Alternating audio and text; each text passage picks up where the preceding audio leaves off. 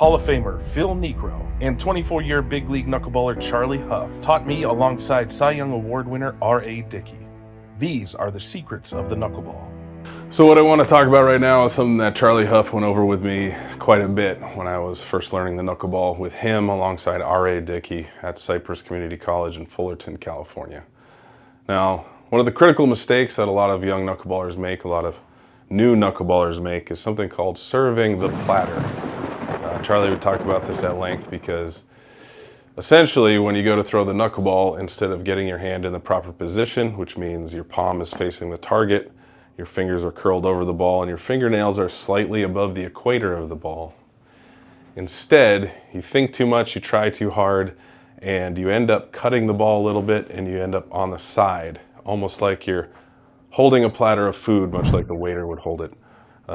This is a very, very common mistake. It happens very fast, and it's very difficult to spot unless you're looking for it specifically.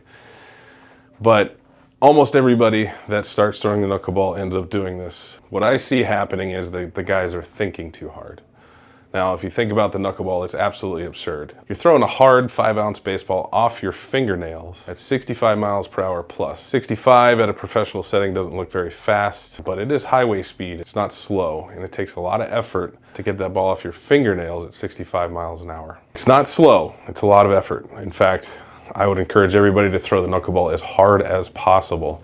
I would encourage you to grunt and use your legs, specifically use them correctly, and you're going to be able to pull your arm through the slot and whip the ball as hard as you can. The knuckleball is not slow because of the effort. It's slow because of the grip and the balance and the sort of coordination it takes to deliver the knuckleball. Oftentimes, with this very, very difficult task ahead of us, trying to throw a strike with a baseball off of our fingernails, we end up thinking too much. When you think, you can't throw the knuckleball. It's almost like what Yogi Berra used to say, you can't think and hit at the same time. Because it's very similar. When a fastball is coming down the pipe at 95 plus miles an hour, you have very little time to react. And if you sit there and think with your conscious mind, if you have a conscious thought even for a moment, the ball's already by you. So same thing with the knuckleball. There's so much going on. There's lower half rotation, you're drifting towards the plate, your glove side, you got to think about your head, and then your arm comes through, and the last thing that happens is your fingernails guide the ball out with little to no rotation. That is all a lot to think about. If you stop at any moment during that and think about what you're doing, you're going to end up tightening up. And here's the reason why, is you have something called the prefrontal cortex. It sits right behind your forehead. It's about the size of a deck of cards. This part of your brain, it is what separates us from the animals. It allows us to have a running internal dialogue all day long. Oftentimes it's negative, unfortunately. And that internal dialogue separates us from the animals. It allows us to build civilizations. We have agriculture because we can get together and plan and think about what we're doing and all that good stuff. Unfortunately, that part of our brain is really, really stupid. It's only capable of one thought at a time, while the rest of the meat in your head is your subconscious, and it's capable of quite a few thoughts at the same time. Unfortunately, you don't have a conscious connection to your subconscious. So what ends up happening when you're learning a new physical skill is that you focus really hard with your conscious mind, but it's only capable of one thought at a time. So you're on your way to the plate and you're new to the knuckleball, or you haven't thrown a million of them, and you cock up your arm and then suddenly you think, okay, where's my fingernails? Or, all right, I got to throw this thing with no spin all the way down there to that tiny little strike zone 60 feet away. And any of those thoughts are going to trigger your conscious mind to try to take over the action. Now, when that happens, because it's so stupid, it is not capable of controlling the very fine motor muscles in your body. It ends up controlling the very big, bulky, kind of stupid muscles in your body. And you end up tightening up your arm, you muscle up, and what ends up happening, the end result is you kind of pull your arm in, your hand gets underneath the ball, and you end up serving the platter. So whenever you find yourself serving the platter, what's happening is you're thinking too hard. And this is the difficult thing, is because to learn a new physical skill, you're going to have to think about it pretty hard. You're going to have to employ that conscious mind, the very stupid part of your brain, and you're going to have to drill over and over and over again. Okay, you know, if you go through the instructional video or you come to one of my clinics, I always go one by one, all of these adjustments from the ground up.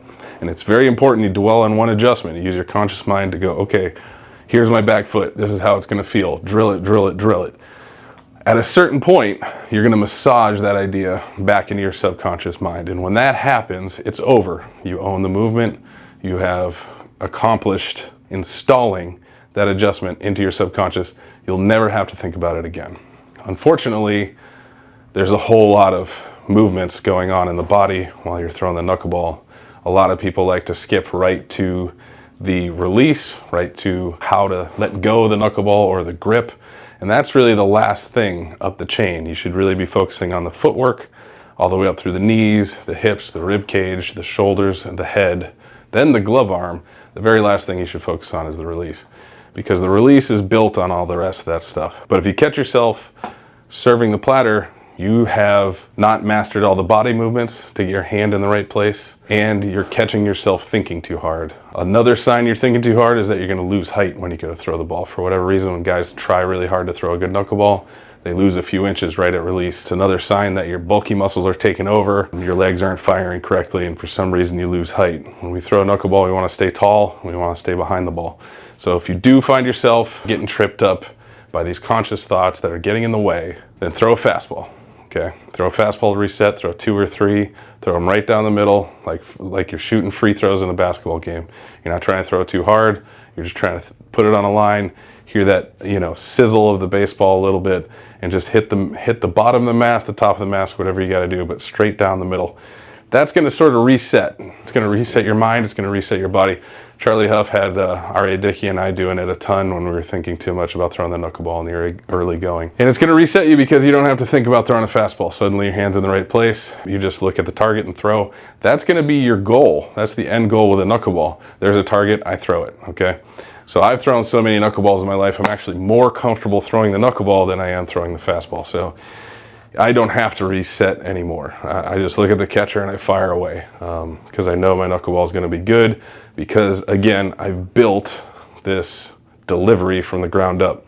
I know exactly what my foot is doing because I've drilled it and drilled it and drilled it, and it's in my subconscious. I know exactly how my front foot is landing. Very few times do I need sort of pitch coaching anymore because I know exactly where my body is in space. I've drilled every single square inch of the delivery down into my subconscious.